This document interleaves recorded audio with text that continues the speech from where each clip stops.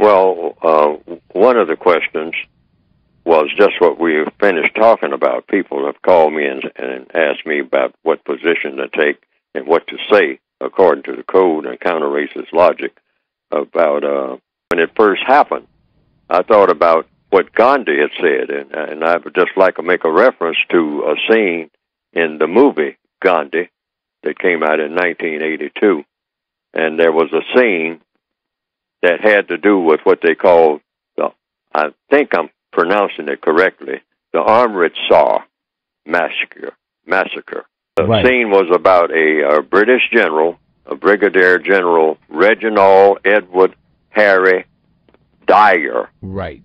And it was in India, April the 13th, 1919, in which 50 troops, including Gurkhas, these are something like mercenaries hired by the British, 25 of them, using 303 Lee-Enfield rifles to kill men, women, and children at a peaceful assembly in an outdoor area, a neighborhood. Some 1,000 people were killed in that shooting. I mean, they shot right into the crowd, men, women, and children, tried to kill as many of them as they could before they could flee. And there's a scene in the movie Gandhi that shows this. And so at a meeting that came after that, Gandhi went to the quote-unquote authorities, and these were his words. When they started talking about they were going to have the investigation of General Dyer and look into it and see how all that happened, and it's a great tragedy, and et cetera, et cetera, et cetera. And so Gandhi broke into the conversation in this scene, and he said, "If you will excuse me, Your Excellency, matters have gone beyond legislation. In spite of the best of intentions, you must, in the nature of things, humiliate us to control us. General Dyer," that's the general who was in charge, "is but an extreme of the principle." And then he paused, and then he said, "It's time you left."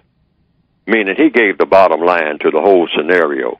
He says, "I know you're going to have an investigation, and every time these things happen, just like with the Trayvon Martin case, you have another shooting of a young black male and whatnot, and they'll call it police brutality or something like that, and it happens over and over and over and over and over and over again, ad infinitum.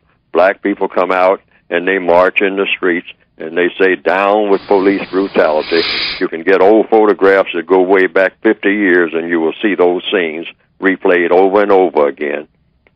But Gandhi, when he sat down at the table back in 1919, just said, "I'm not talking about just this incident.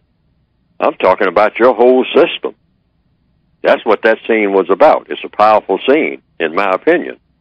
I'm talking about your entire system. It's time you left this system. Your entire, everything that you have put together. Not just General Dyer, and you can fast forward that and say the Trayvon Martin and the Zimmerman case and whatnot. We're not just talking about this case. We're talking about your entire arrangement here between all of the people that you are oppressing here and all the people who are doing the oppression. And just don't pick out one single individual like General Dyer or one single individual in 2013 like Mr. Zimmerman and say, if we settle this, then everything is going to fall in place. No. You got a system that feeds this type of thing. You know, you got something called stand your ground. What in the world does that mean? I mean, and how many stand your grounds are we going to have just down the line? Because this is what the setup looks like it's set up for. To keep repeating this 4, 5, 6, 700 times, 7,000 times. So we're having this same conversation 50 years from now. And people come in there, sitting there, going through the trials and whatnot, like a General Dyer. He was on trial and whatnot. But Gandhi said, back in 1919. I'm not talking about General Dyer. I'm talking about all of you. All of you who set this up to happen. Long before those people out there in that public square were born. Long before Trayvon Martin was born. Or Mr. Zimmerman. You set this up to happen. And that's why it keeps happening, generation after generation after generation. It's time you left. It's time you left your system and got a better system. That's what Gandhi was saying. It's time you left. That's the bottom line. And the people who were sitting around the table were stunned. So they said, you mean change the tutelage, the guidance of the British Crown? Oh, sure, Mr. Gandhi, that's irrational. I mean, you don't want to change the entire system. But Mr. Gandhi was saying exactly that. Yeah. You need a better system. Otherwise, we're going to keep having General Dyers. Generation after generation. This is not going to stop.